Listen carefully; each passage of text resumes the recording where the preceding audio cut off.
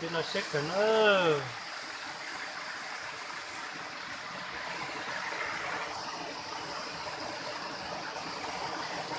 Nó sẵn rồi.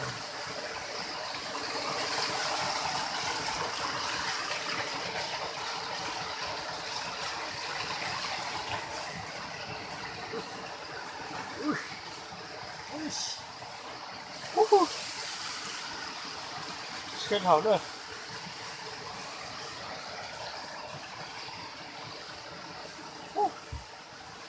Sao nữa?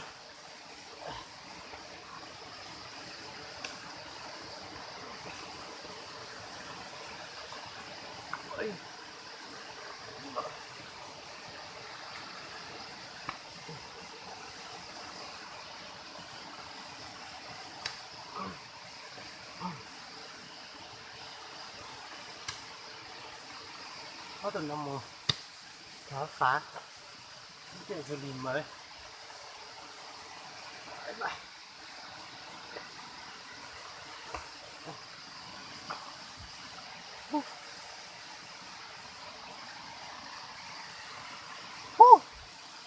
Siết hỏng nơi.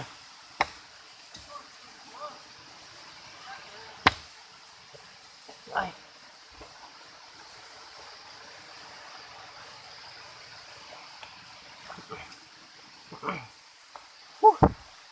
Siết hỏng nơi. Tôi bỏ tuần thả nơi.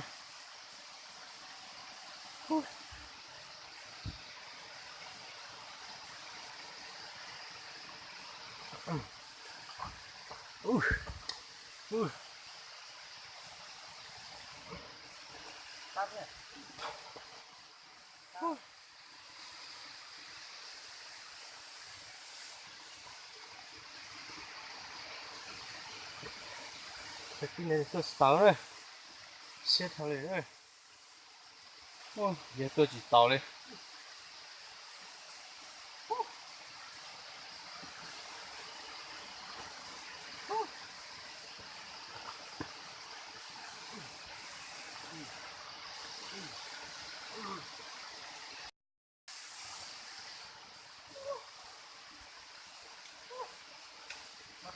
Cái này nó tôi là tới thỉnh đi hay gì hay nữa.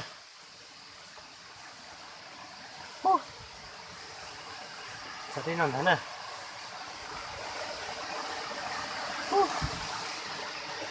Mình không thấy nữa. Thách thử nữa. Đó.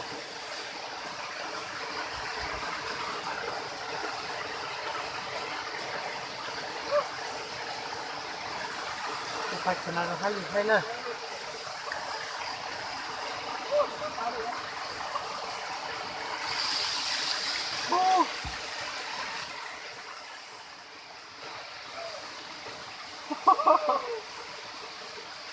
Ôi là xét kìa rồi.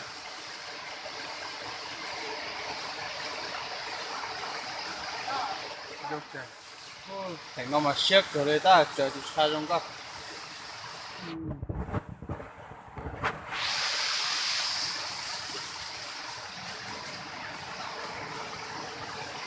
Cái là hành động lòi lòi.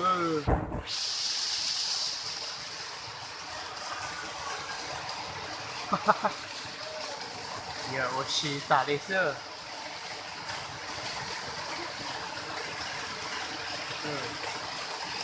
cho nó là hồ sông nó nữa.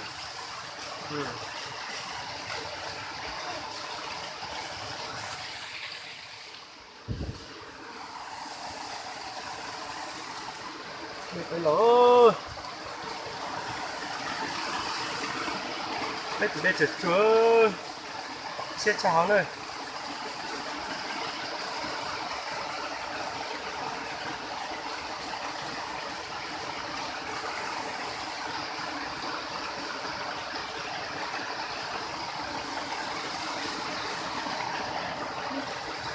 Mặt xoay nó khó nữa.